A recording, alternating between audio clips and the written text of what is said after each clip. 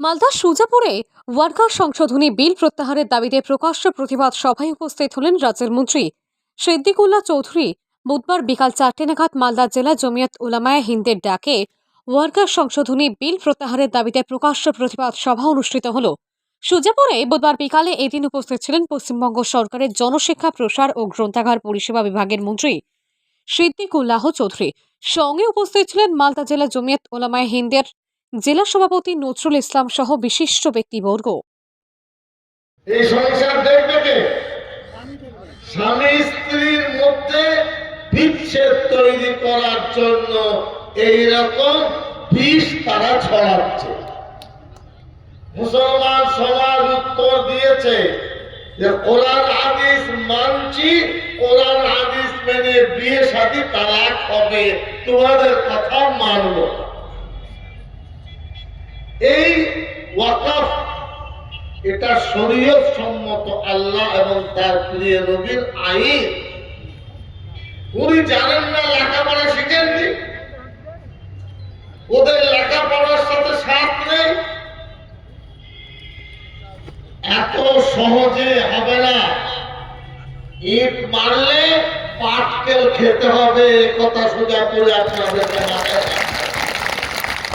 তা না হলে ব্যাপারটা সুরা হবে না।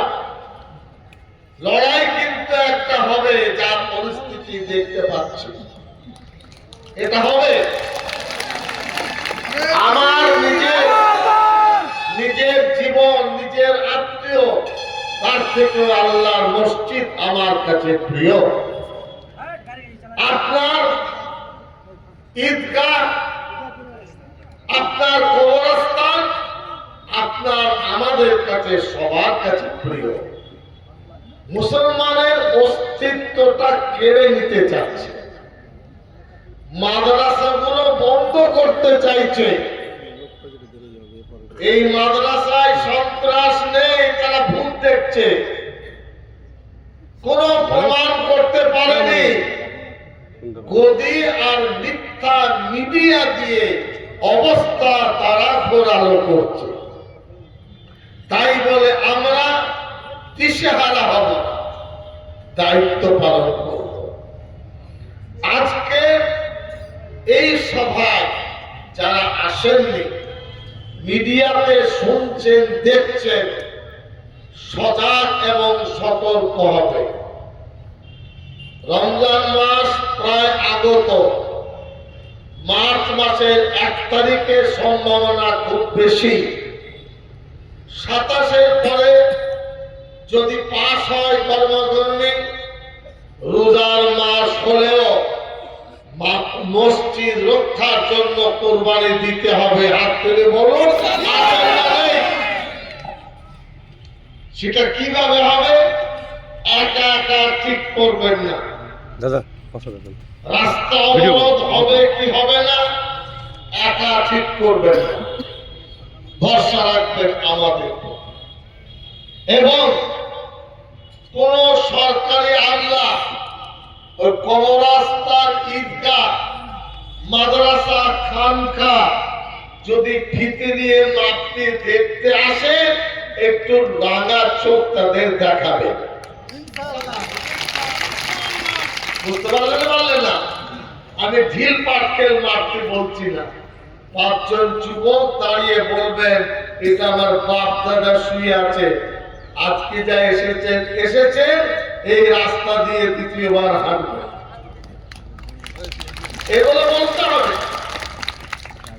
শুধু আপনাদের না, পশ্চিম বাংলায় 35% মুসলমান বাস করে। ভারতবর্ষে প্রায় ধরেন 30 কোটি মুসলমান। বিরোধী নেতা বলেছেন কোন জাতের কত লোক সংখ্যা বড়, নির্লজ্জরা বলে না, কারণ হাড়িটা ভেঙে যায়। সবাই জানতে পারবে পশ্চিম বাংলার 3টি খুঁটির মধ্যে 1টি খুঁটি হলো মুসলমান। এখানকার নেতাদের বলবো, নিজেদের কুদুকুদে একটু বন্ধ করো, লাভ নেই কিছু। একসাথে থাকার চেষ্টা করুন। আপনারা পারবেন না, আমরা পারবো ইনশাআল্লাহ। নন্দীগ্রাম আন্দোলন আমরা করেছি, তবেই তো টিএমসি ক্ষমতায় এসেছে। সুজাপুরের কোন টিএমসি নেতা নন্দীগ্রাম গেছে? পারবেন বলতে? নেই।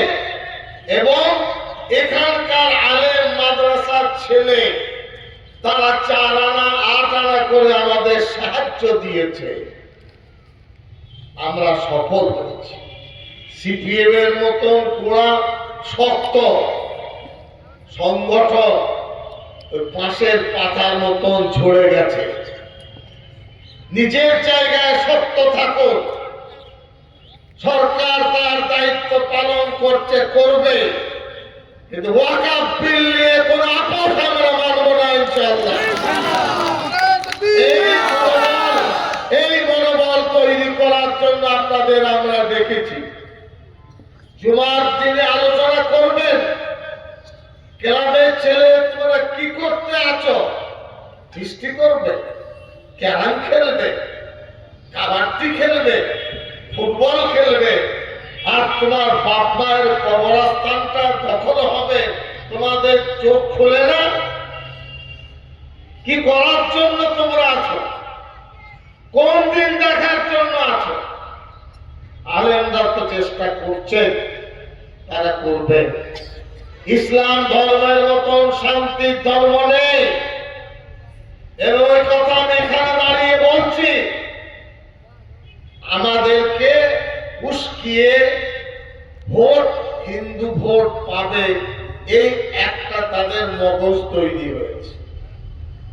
সৌদি আরব, কাতার, এই আরব কান্ট্রি থেকে ভারত সরকার কম হলেও 30 থেকে 35% পেট্রোল আনে। আর যদি ওখানে চাবি লেগে যায় তো ভারত সরকারকে ভিক্ষা করে খেতে হবে। 80 থেকে 90 লক্ষ ভারতের মানুষ গালফে কাজ করে, দুবাই, সৌদি আরব, কুয়েত, বাহরাইন, কাতার, যার মধ্যে 30% মুসলমান আর বাকি অমুসলিম ছেলে মেয়ে, আমাদের দিদি বোনেরা কাজ করে। আর যদি